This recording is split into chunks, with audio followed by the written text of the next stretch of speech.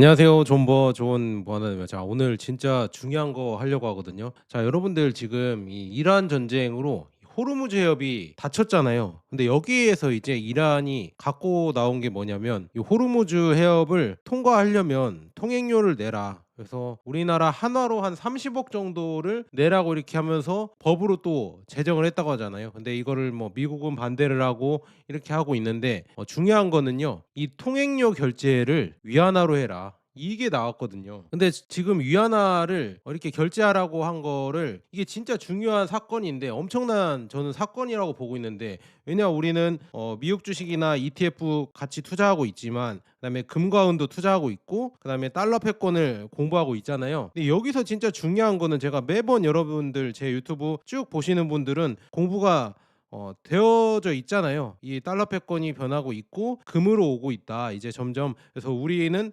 차근차근 대비를 해야 된다. 미국 주식을 많이 갖고 있는 거는 점점 더 이제 금과 은이나 아니면은 미국 주식을 조금 배제한 다른 이 뭐라고 해야죠? 한국이나 아니면 중국, 인도 이쪽으로 조금 비중을 옮겨 놔야 된다. 그렇게 말씀드렸죠. 그래서 그런 식으로 저는 투자를 점점 다변화하고 있는데 그리고 시대도 이제는 다흑화 시대가 오고 있잖아요. 미국의 1급 패권에서 이제는 다흑화 시대가 오고 있는데 이걸 아직도 공영 언론이나 아니면 뭐 메이저 언론, 메이저 유튜버들은 무조건 미국이 다 이렇게 세상을 지배하고 아직도 그런 생각을 갖고 계신 분들이 있더라고요. 근데 저는 미리 이렇게 미래를 보는 걸 좋아하고 상상하는 걸 좋아하거든요. 그래서 여기서 지금 나온 게 이 위안화 결제입니다. 이 위안화 결제가 진짜 중요한 사건인데 아무도 유튜브 상에서 그러니까 국내 유튜브요. 그다음에 국내 박사님들도 다뤄주는 사람이 없어요. 그러니까 존 버나드밖에 없습니다. 그러니까 제 유튜브 많이 봐주시고 좋아요랑 구독 한 번씩 부탁드리고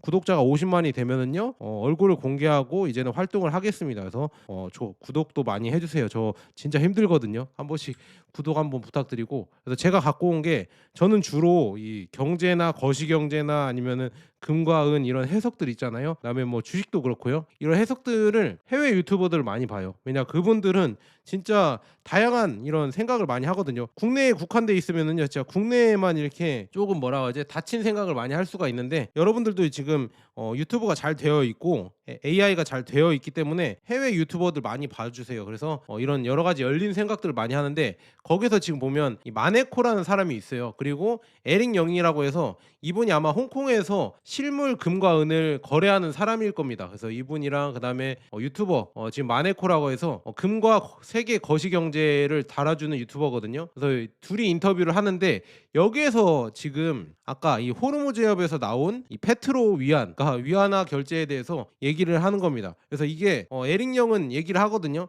이게 우연히 나온 게 아니다. 이거는 다 준비돼서 나오는 건데 국내 우리나라에서는 아무도 달아주지 않잖아요. 이거를 그냥 위안화 결제하는구나. 다들 그냥 위안화 결제를 왜 하는데 이걸 물어보는 사람이 없어요. 나 이거 보고 깜짝 놀랐습니다. 왜 위안화 결제를 할까요? 그거를 궁금해해야 되는데 저만 궁금해합니다. 그래서 이 메커니즘을 에릭 영이라는 이 사람이 얘기를 했거든요. 자 여기 보세요. 이란, 중국, 그다음에 거기에 껴있는 게 여러분들은 못 들어보셨을 못 보셨을 겁니다. 이게 중국의 그냥 지역 은행인데, 그러니까 우리나라로 치면 뭐 지역 저축은행 정도라고 봐야 되나? 그래서 쿤눈 은행이라고 있습니다. 위구르 자치구에 있는 지역 은행인데 이거를 이용해서 상하이 금거래소라는 이렇게 메커니즘이 있대요. 이 위안화 결제의 메커니즘을 이미 예전부터 이란이 원래 미국한테 제재를 예전부터 몇십 년간 받아왔잖아요. 원래 이란이란 동네가 기름도 많이 나오고 가스도 많이 나오기 때문에 못 살 수 없는 동네인데 지금 못 살고 있잖아요. 그 이유가 미국이 제재를 해버리니까 달러 결제가 안 돼요. 그래서 예전부터 중국이랑 이렇게 지금 위안화 결제를 한 게 수십 년이 됐죠. 뭐 10년 이상 되겠죠. 그래서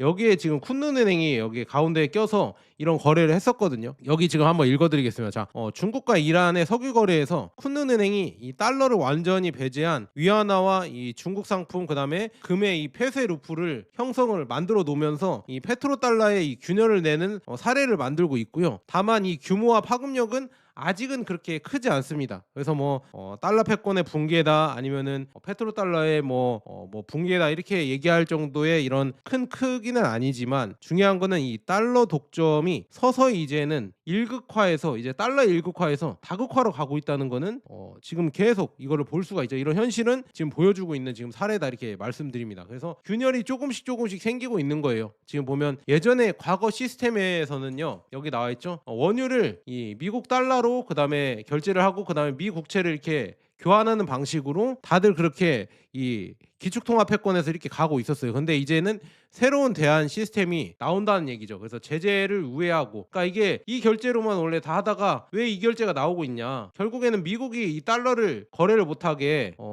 비우호국이죠. 미국에 대한 비우호국에 달러를 결제하지 못하게 이렇게 제재를 하니까 이런 제재 우회하는 이런 방식이 나오는 거죠. 그래서 거기에 이제 쓰이는 게 위안화의 결제망이 나오는 거다 이렇게 볼 수가 있습니다. 그래서 이게 쿤눈 은행이 왜 나오고 그다음에 뭐 이란이랑 이런 결제가 왜 나오냐? 이거는 예전부터 지금 중국이 1대1로라고 하잖아요. 1대1로를 이렇게 놓으면서 여기 우즈베키스탄이나 카자흐스탄, 투르크메니스탄 이런 데를 지나가면서 이란이랑 이라크까지 해서 이렇게 쭉 이 철도망을 연결해 놨어요. 그래서 여기에서 이제 상품들도 유통을 하고 그다음에 뭐 여러 가지 그 원유도 여기에서 이렇게 수입을 하고 그렇게 다 뒤에서 이렇게 하고 있다고 합니다. 이 철도망을 했기 때문에 이 해상 운송으로 가지 않기 때문에 이거는 뭐 미국이나 아니면 서방 국가들이 파악하기가 쉽지 않고 육로나 철도로 이렇게 다니는 거래가 계속 이렇게 지금 더 많이 되고 있고 점점 더 이제 파이프라인까지 이제 깔려고 한다고 하거든요. 그래서 아제르바이잔이랑 그다음에 투르크메니스탄 이쪽으로 가는 이런 파이프라인으로 이제 중국이 이제 더 많이 자원을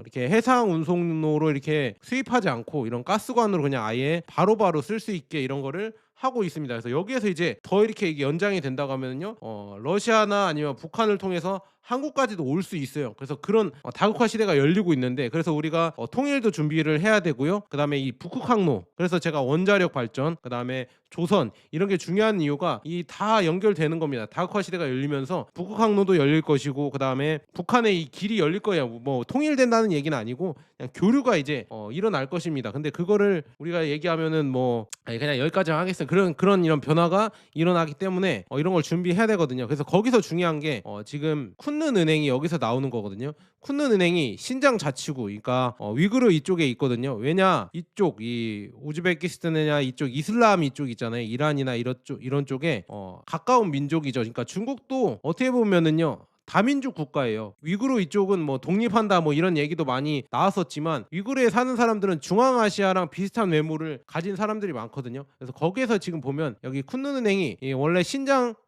카라마이 지역의 이 상업은행이었고요. 2009년 이 중국 석유 천연자원 CNPC 여기에 증자를 통해서 지배 지분을 확보하면서 이름을 바꾼 이런 은행이다. 그래서 CNPC 계열의 이 상업은행이라고 합니다. 그래서 본점 주소는 베이징에 뭐 있다고 하고 그다음에 등록 본사는 신장에 있다. 그래서 베이징 플러스 신장에 거점을 두고 있다. 그래서 고객의 성격은 뭐냐? 이 석유, 석화, 이 업스트림, 다운스트림 이 기업과 그러니까 석유 거래를 하는 거예요. 그냥 쭉 보면. 그래서 신장, 우르무츠, 카라마이 뭐 이런 유전지대의 지점망을 깔고 있고 그다음에 이슬람 은행으로도 많이 불리고 있습니다. 그래서 이슬람 이런 국가들이랑도 특히나 이란이랑 중앙아시아 이쪽에 에너지 무역이랑 이런 결제에 특화된 창구로 여기가 쓰이고 있다고 합니다. 그래서 이게 이 위안화 뒷거래라고 이렇게 볼 수가 있어요. 그래서 이제 미국이 이거를 당연히 알겠죠. 그래서 이제 틈새 은행화가 되고 있는데 2012년에 미국 재무부도 이 이란과 이 중앙은행, 이란 중앙은행과 이런 쿤눈 은행 이런 결제를 이미 다 파악을 하고 이거를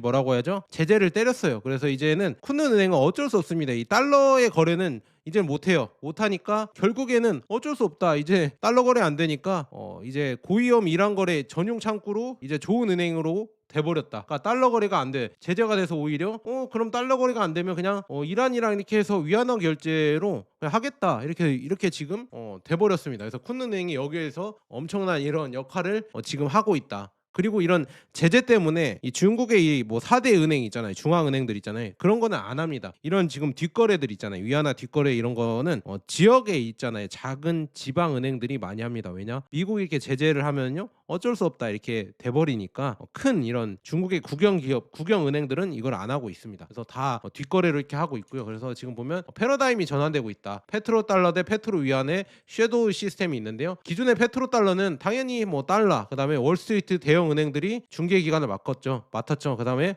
잉여 자본은 이 국채, 미국채로 이렇게 됐고요. 그다음에 스위프트망으로 이렇게 쓰면서 추적과 이 계좌 추적이 가능하고 그다음에 동결도 가능하죠. 그러니까 이제 제재에 엄청나게 취약성을 갖고 있죠. 그래서 트럼프의 이런 조금 심기를 건드리면 바로 제재당할 수 있습니다. 근데 이 섀도우 시스템이 점점 나오고 있죠. 그래서 지금 보면 중국 위안화로 결제가 되고요. 그다음에 쿤눈 은행이 이거를 관리를 한다고 합니다. 그래서 여기에서 이제 이 실물금과 이 첨단 부품으로 남는 이런 위안화와 이런 위안화 크레딧이라고 합니다. 그래서 이 쌓이는 돈들을 이걸로 거래를 할 수가 있다. 그래서 이제 금이 여기서 이제 진짜 중요해진다는 얘기죠. 그다음에 폐쇄형 장부 때문에 이 지금 스위프트망을 쓰지 않기 때문에 추적이 불가능하다. 얼마를 거래하는지 얘네들이 어떻게 하는지 이게 거래가 안 되기 때문에 더더욱 이렇게 미국과 이렇게 반대되는 국가들이 이걸 많이 쓸 수밖에 없다. 이런 얘기가 나오고 있습니다. 그래서 지금 보시면 미국이래 죄송합니다. 중국과 이란의 이 위안화 결제 이 망을 보면은요. 여기 나와 있죠. 이란 원유를 위안화 결제를 합니다. 그래서 25년 기준 추산에 따르면 중국은 하루에 130만에서 140만 배럴의 이런 원유를 이렇게 수입을 해왔다고 합니다. 그래서 이란 해상 원유 수출의 이 80% 이상을 중국의 해상 원유 수입의 이 13에서 14%가 이렇게 차지를 한다고 합니다. 이렇게 지금 이 물량이 상당수는 제재 회피를 위해서 선적지나 국적을 말레이시아산으로 이렇게 바꾸면서 위장을 해서 중국항에 입항을 했다고 합니다. 그래서 이렇게 거래를 하고 있었고요. 그래서 쿤눈 은행을 통한 위안화 정산이 이루어졌다. 그래서 독립 정유사 이 티팟 정유사들이 이란산 지금 유주선을 받아서 정제를 하고 대금을 위안화로 결제한다는 얘기죠. 위안화로 결제를 해서 제재 때문에 이 돈을 달러로 전환하거나 자유롭게 이제 국외로 인출하기 어렵습니다. 그래서 중국 안에서 쓸 수 있는 이런 위안화 크레딧으로 이렇게 여기에 남겨놓는 거거든요. 그럼 이거를 어디다 쓰냐? 이란 정부는 결국에는 이거를 중국산 이런 산업기계나 인프라, 그다음에 전자제품, 소비재, 그다음에 일부 방산 관련 부품, 이런 드론이나 여기 나와 있죠. 미사일, 드론 부품, 전자장비가 포함되어 있다는 이런 의혹까지 벌어지고 있을 정도로 그런 데다 이렇게 거래를 하고 이런 크레딧을 쓴다. 위안화 모인 거를. 그다음에 이제 여기에 또 그래도 이걸 쓰다 보다가 남는 거는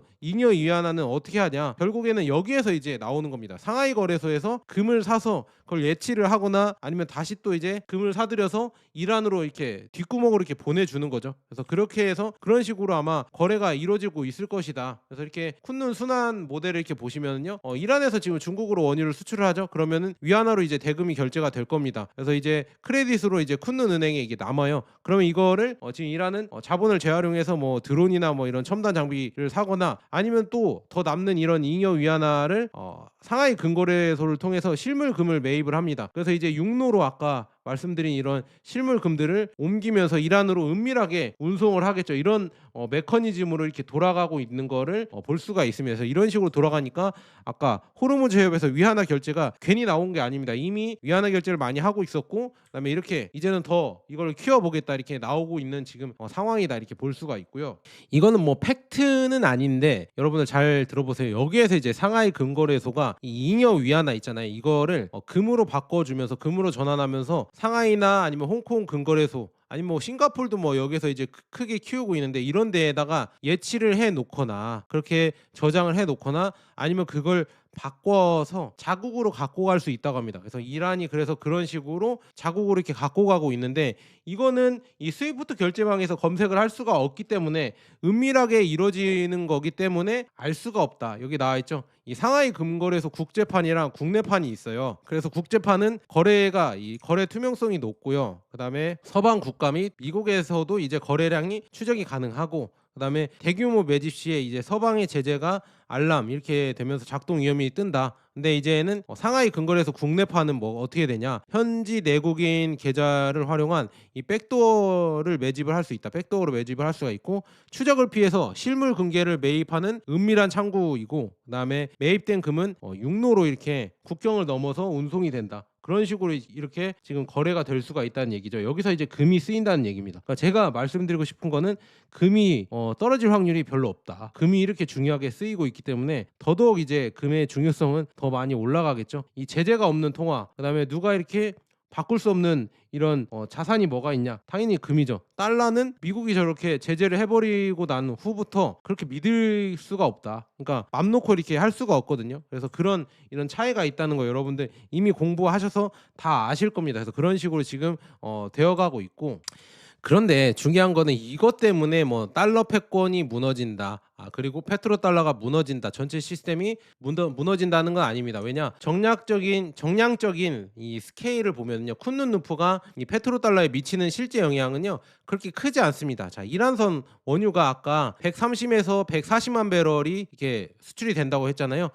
그래서 그게 1억 배럴 안팎으로 이렇게 원유 무역이 생기는데 여기에 1.5%밖에 안 됩니다. 그리고 중국은 13에서 14%가 이렇게 해당이 되는데요. 이 거래들이 거의 전부 위안화로 결제된다 하더라도 이 전 세계 원유의 80% 이상은 달러로 정산되는 현실에 감안하면 전체 페트로달러 시스템을 흔드는 규모는 아니다. 뒤에서 이렇게 흔드는 규모는 아니고요. 근데 중요한 거는 이 질적인 의미가 중요해지는 거거든요. 그러니까 중요한 거는 이 제재 대상국 뭐 예전에 뭐 베네수엘라나 북한이나 아니면은 이런 이란 이런 데가 있죠. 이게 달러를 전혀 쓰지 않고 위안화와 금만으로 이제 에너지 무역을 굴릴 수 있는 실제 모델을 만들었고 이제 여기에 호르무즈 해협까지 여기에 이걸 쓴다고 하니까 이게 점점 더 이 판이 커지고 있다는 거는 팩트죠. 그러니까 이제 틈새 은행이 생기면서 이 거래망이 있다는 겁니다. 근데 여기에 더 이제 다른 이런 제재 국가들이나 아니면 다른 국가들이 호르무즈 거래를 하기 위해서 들어올 수 있다는 얘기죠. 이제 걸프국들까지도 사우디, UAE, 쿠웨이트까지도 이제는 국부 펀드나 이런 것도 달러, 유로 중심에서 이제는 위안화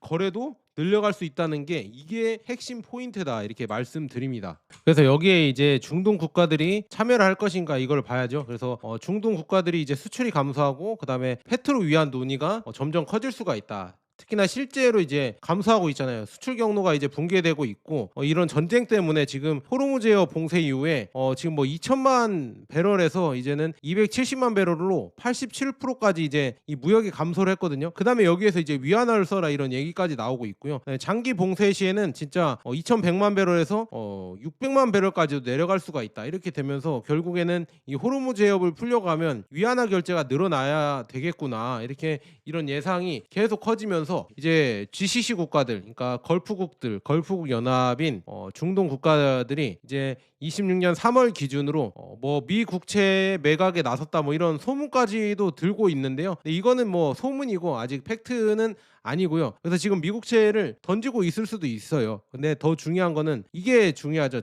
전쟁이 이제 장기화로 간다고 하면요. 이 걸프국들이 이제는 석유 수출 플러스 달러 흑자가 이제 계속 줄어들 수가 있죠. 그러면은 미 국채 매입의 이런 여력이 줄어들거나 아니면은 국부 펀드가 일부 다변화로 인해서 비달러 자산이나 금이나 인프라 이런 걸로 방향을 틀 수 있다는 이 중장기 시나리오 해석이 나오고 있습니다. 그렇게 된다고 하면은요. 이제는 미국에 실망을 해서 이제 국채 매입을 중단할 수도 있겠죠. 이런 서술도 나오고 있을 수 있고요. 그다음에 이 전쟁 때문에 결국에는 이제 여기에서 미국이 만약에 지금 뭐 트럼프가 철수한다는 이런 얘기까지 나오고 있잖아요. 호르무즈 해협을 저렇게 놔두고 철수한다고 하면요. 결국에 위안화 거래가 더 올라갈 것이고 그다음에 미군 기지들 이 걸프국 GCC에 있는 미군 기지들도 다 이제 철수한다고 생각을 하면은요. 그럼 이 중동의 이 안보와 그런 거는 이런 자국이 맡을 거 아니에요. 원래 예전부터 페트로달러 시스템이 뭐였냐? 결국에 미국에 이런 기름을 수출을 하고 그다음에 그 거래를 달러로 해주면서 그 달러를 이런 미국의 이런 안보를 맡기는 미군 기지의 이 무기나 이런 걸 대주면서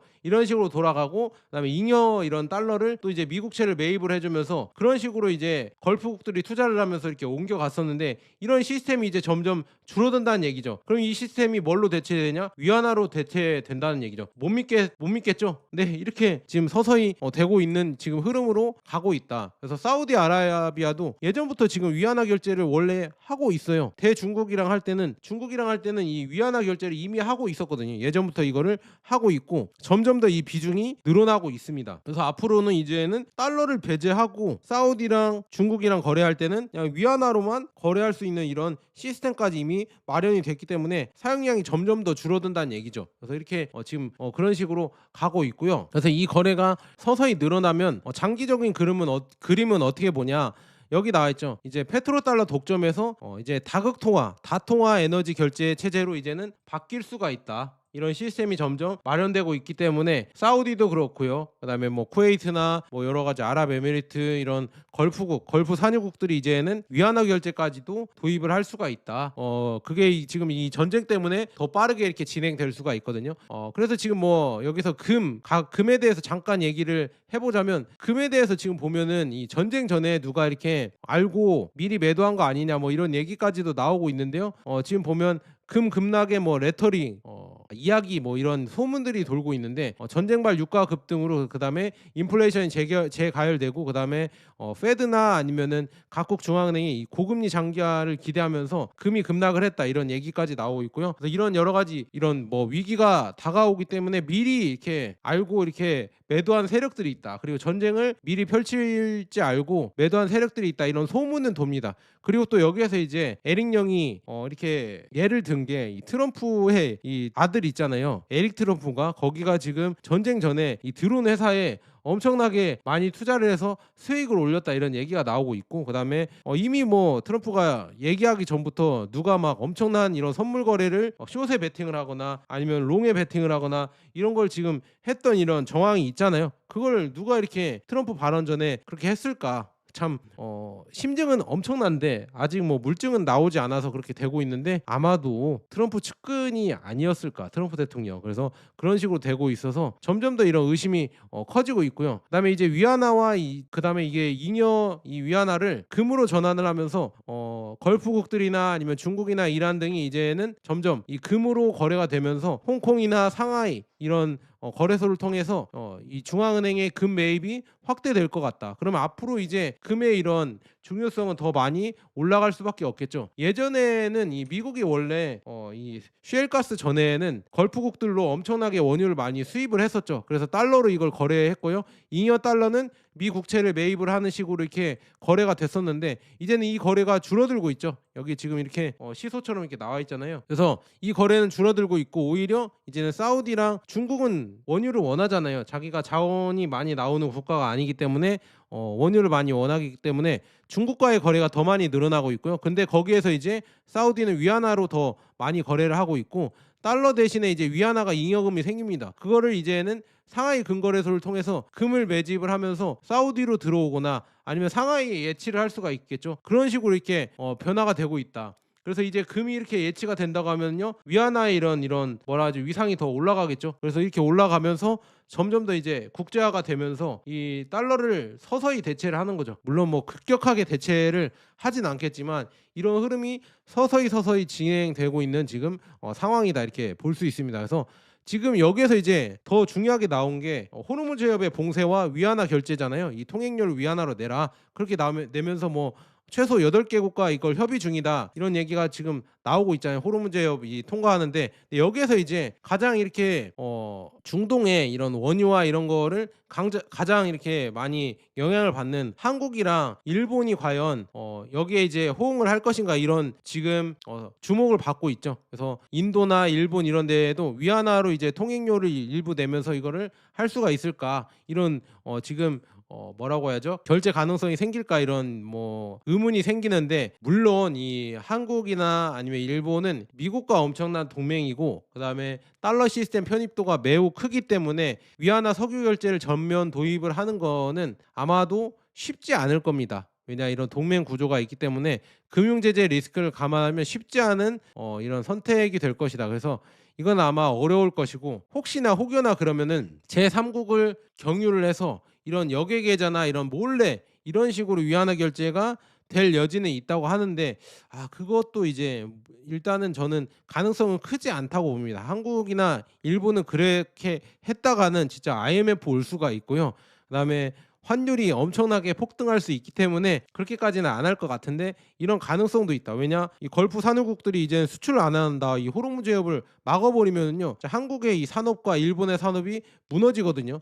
그거는 다음에 이렇게 제가 6가지 이런 위기가 있는데, 그건 다음에 이렇게 쭉 해드리도록 하겠고요. 그러니까 반도체나 이런 것도 지금 중동에서 이런 가스랑 헬륨가스, 그 다음에 여러 가지 이런 원유가 안 오면은 산업이 무너질 수 있다, 어려워질 수 있다, 이런 얘기까지 나오니까 이것도 한번 생각을 해봐야 될 것 같고요. 네, 전쟁은 어떻게 될 것인가, 장기화될 가능성이 크다. 그래서 군사적 현실도 있고 재정 통화적 현실도 있기 때문에 트럼프가 지금 15개항 휴전안을 얘기를 했는데 그게 뭐 결국에는 이란이 들어줄 수 없다. 그래서 협상이 결렬되고 있고 좋은 상황이 아니죠. 그래서 그렇게 봤을 때에는 앞으로 이제 이런 지지부진한 이런 협상이 이루어지거나 아니면 계속 전투가 일어날 수밖에 없다, 이렇게 볼 수 있고요. 그러면 이제 트럼프가 이제 결정하는 게 결국에는 지상군을 투입을 해서 결국에 뭐 작은 섬들이나 아니면 이런 거를 저는 점령할 가능성이 거의 뭐 아주 높다고 보거든요. 그래서 이걸 단기간에 끝내면서 이제 5월 달에 중국을 만나려고 그 전에 한번 승부를 트럼프가 볼 수가 있을 것 같아요. 그래서 저는 이게 아마 큰 영향을 또 이제 주식시장에 줄 것 같은데, 장기적으로 제가 봤을 때는 여러분들 트럼프가 지상군을 투입을 하든 휴전을 하든 장기적으로 봤을 때는 이 고금리와 인플레이션은 저는 필연적이라고 보고요.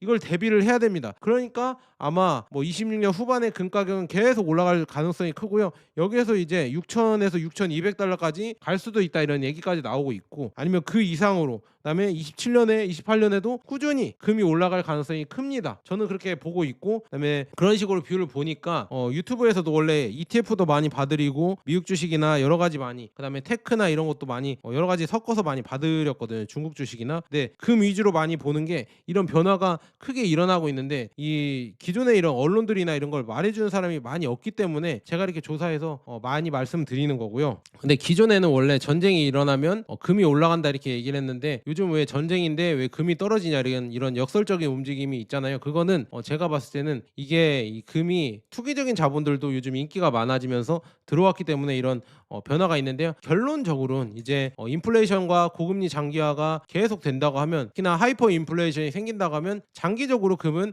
갈 수밖에 없고요. 그다음에 이게 타이밍은 맞출 수가 없습니다. 어느 시점이 바닥인지 어느 시점이 고점인지는 알 수가 없고요. 금은 장기로 우상향하기 때문에 여러분들이 DCA라고 하잖아요. 달러 코스트 에버리지, 그러니까 분할 매수 있잖아요. 정액 분할 매수라고 하죠. 불확실성 하에 쓰이는 방법인데, 그런 방법으로 이렇게 꾸준히 그냥 여러분들 날짜를 정해놓고 그냥 정액으로 이렇게 매수하는 방법도 있고요. 그래서 그렇게 하면서 심리적인 이런 스트레스를 줄이면서 이렇게 투자하는 방법도 있습니다. 그래서 극심한 뭐 요즘 뭐 매크로나 지정학적 위기가 커지고 있는데요. 그래서 이런 시기에는 여러분들이 주식도 그렇고요, ETF도 그렇고 금은도 그렇고 올인 타이밍 베팅보다는 기간과 금액을 정해놓고 분할 매수 있잖아요. 그래서 금과 은, 그다음에 관련 ETF들 우리나라에도 상장한 뭐 타이거나 에이스, KRX 금연물 ETF 있고요. 그다음에 원큐에서 은 액티브 ETF도 이렇게 상장을 했잖아요. 그래서 그런 거를 누적해서 거래를 하거나, 아니면은 뭐 실물 금과 실물 은도 있잖아요. 그래서 저도 이렇게 실물 금과 실물 은도 이렇게 매수를 하고 있거든요. 그래서 관심 있으신 분들은 제 거 왼쪽 하단에 제품 보기란 있거든요. 그래서 거기 들어가시면 링크가 떠요. 그래서 쿠팡 링크로 들어가셔서 한 번씩 뭐 시세 보시고 매수하실 분들은 한 번씩 생각해 보시고요. 아니면 뭐 다른 거 이렇게 여기 링크로 들어가셔서 다른 거 검색해 주셔서 생필품이나 사주시면 저한테 도움이 되니까 한 번씩 부탁드리고요. 종합적으로 얘기를 해드리자면, 이 쿤는은행 아까 말씀드린 이 위안화 결제가 이 달러 패권을 무너뜨리는 게 아니라 이 독점을 이제는 좀 깨트리는 거다, 이렇게 얘기가 나올 수가 있겠죠. 그래서 달러와 이 스위프트 결제망을 이제는 우회를 해서 위안화로 이제 정산할 수 있는 채널을 만들어 주는 거고요. 그 다음에 잉여 지금 위안화 잔액은 이 상하이 근거래소를 통해서 금으로 전환을 해서 이게 또 거래가 되고 있다. 그래서 탈달러, 그 다음에 석유 금누프가 연결이 되고 있습니다. 그래서 이렇게 거래가 되면서, 물론 이 거래가 엄청난 규모는 아니지만 대체 이런 이 대체 이런 상품이 나왔다는 게 점점 더 크고요. 그 다음에 이제 장기적으로 봤을 때는 역시나 금을 믿을 수가 있으니까 금의 가치는 결국 더 중요해진다. 그리고 여러분들 우르보로스라는 이런 달러 패권의 역설이 있거든요. 이런 이야기가 있어요. 이게 뭐냐? 결국에는 중요한 거는 미국이 지금 현재 호르무즈 해협에서 이 달러화에 대한 이 공격 수단을 사용하고 있고, 그다음에 이 무기를 개발하고 있잖아요. 그래서 쭉 해서 미국이 이렇게 나오고 있는데요. 중요한 건 이 제재 때문이죠. 이 달러의 제재, 이 스위프트 제재, 이런 거를 하면 할수록 결국에는 이런 뱀이 자기 꼬리를 먹어가는 이런 상황이다, 이렇게 하면서 제재가 커지면 커질수록 대체 인프라는 더 강해질 수밖에 없다. 이 위안화 결제죠. 그래서 뱀이 자신의 꼬리를 먹는 모습을 우로보로스라고 이렇게 얘기를 한다고 합니다. 그래서 이렇게 하면서 달러 힘을 계속 이 지배력을 제재 수단으로 쓰인다고 하면은요. 그러면 이제 대체 수단이 더 커질 수밖에 없다. 물론 여전히 지금 달러는 89.2%의 엄청난 외환 거래의 이 점유율을 차지를 하고 있고요. 그다음에 거래량도 뭐 1조 9천억 달러 규모의 엄청난 거래가 이루어지고 있지만 중요한 거는 이제 이 쿤눈 은행을 제재하면서 이 지금 이런 제재를 피할 수 있는 이런 거래들이 많이 나오고 있다는 얘기죠. 그래서 중국이 지금 CIPS 거래라고 해서 2015년부터 이거를 출범을 해서 중국이 위안화 결제망을 출범을 하고 이게 지금 124개국이 참여를 하고 있고 그다음에 193개의 참여 기관이 커지고 그다음에 180조의 위안이 이렇게 거래가 되고 있습니다. 그래서 25년에 예상이 되고 있는데 이런 거래량이 늘어나면 늘어날수록 대체 통화 시스템이 마련이 되고 있고 그다음에 미국이 지금 실수한 게 뭐냐면은요. 2022년에 뭐 우러 전쟁이라고 해야 되나 러우 전쟁이라고 해야 되나 이 전쟁에서 러시아 국채 3천억 달러를 동결을 하면서 이제는 금으로 가야겠구나. 이제는 대체 방법을 마련해야겠구나. 이렇게 하면서 금의 가치가 엄청나게 올라가고 있고요. 그다음에 러시아의 이제 국부 펀드들도 25.3톤을 이제 대중국에 이렇게 수출을 하겠다. 그래서 전년 대비 뭐 9배나 증가를 하고 있고 이런 대체 거래가 계속 증가를 할 수 있고 그다음에 미국은 지금 에픽 퓨리 작전을 이렇게 세우면서 4주 후에 뭐 이란 혁명 수비대가 라락섬을 요구한 것은 지금 달러가 아니었다. 이렇게 하면서 결국에 중요한 거는 이제는 위안화 결제가 더 키워지고 그다음에 이 지금 이게 제가 캡처한 게 안 나와서 그런데요. 중요한 거는 이 지금 에픽 퓨리 작전 미국이 이란 전쟁을 시작하기 전 한 달 전인가 2달 전에 이 위안화 결제 있잖아요. CIPS 결제의 대규모 대대적인 이런 개선 작업이 일어났다고 합니다. 이게 엄청난 규모로 일어났다는데요. 이걸 예상을 하고 한 건지는 모르겠지만 이 위안화 이런 결제망이 대대적으로 작업이 됐었고 그다음에 이제 여기 지금 전쟁이 시작하고 호르무즈 해협을 이란이 봉쇄를 했죠. 봉쇄를 하면서 이제는 위안화 결제를 하겠다 이렇게 나오고 있습니다. 그래서 이거 진짜 무서워지고 있는 이런 세계의 큰 흐름의 변화다 이렇게 볼 수가 있습니다. 그래서 스위프트 거래와 CIPS 거래의 이 80%의 역설이 뭐냐? 결국에는 이제 점점 더 이게 커지고 있다. 이제 스위프트 제재, 그러니까 미국이 제재를 할수록 점점 더 이제 반대 진영인 CIPS 이 중국 위안화 결제가 더더욱 커질 수밖에 없다. 그래서 이제는 페트로달러가 점점 이제 이미 뭐 이제 페트로달러는 별로 이렇게 거래가 안 될 수밖에 없거든요. 왜냐? 중요한 거는 미국이 이제는 자기도 산유국이기 때문에 중동으로부터 많은 수입을 안 해요. 그러면 이제 달러의 이런 사용량이 줄어들 수밖에 없겠죠. 그래서 이런 원유의 실물 거래나 이런 거는 위안화 기반으로 점점 더 이제 더 커질 수밖에 없습니다. 거기에 이제 금까지 이제 물론 위안화가 기축 통화가 아니기 때문에 완벽하게 믿을 수 없기 때문에 그 사이에 상하이가 아니라 상하이 금 거래소와 이 금이 이렇게 여기에 금 기반으로 해서 아마 거래를 할 겁니다. 그렇게 된다고 하면 금의 가치는 더 많이 올라갈 수밖에 없겠죠. 이런 거래가 지금 계속되고 있고요. 이거를 시중 언론이나 이런 데서는 다뤄주지 않기 때문에 제가 이렇게 공부를 해서 긴 시간이지만 여러분들이랑 이렇게 대화를 해봤습니다. 그래서 여러분들 좋아요랑 구독 한 번씩 부탁드리고요. 영상이 길다고 하시는 분들이 있는데요. 한 1.5배속이나 아니면 2배속으로 이렇게 들어주면 되니까요. 그리고 이 내용들이 쉽지 않기 때문에 제가 최대한 쉽게 풀어서 했기 때문에 짧게 이렇게 핵심만 해드리면요. 못 알아듣는 사람들이 많습니다. 그래서 여러분들 이 영상 읽고 한 번씩 보시면서 공부하시면 좋을 것 같아요. 그래서 세계적으로 이제 다극화 시대가 계속 열리고 있습니다. 이 변화는 이제는 진행이 계속되고 있고요. 그다음에 트럼프 대통령 때문에 더 빠르게 진행될 수 있고요. 그다음에 이란 전쟁이 휴전으로 끝나든 정전으로 끝나든 아니면은 장기전으로 끝나든 결국에는 이 다극화의 흐름은 더 빠르게 진행될 수밖에 없습니다. 트럼프가 이거를 앞당기고 있고요. 우리는 미리미리 이거를 빠르게 캐치를 하고 준비를 해야 됩니다. 그 중심에서 이제 존 버나드가 있으니까 여러분들 많이 봐주시면 좋을 것 같습니다. 여러분들 감사합니다.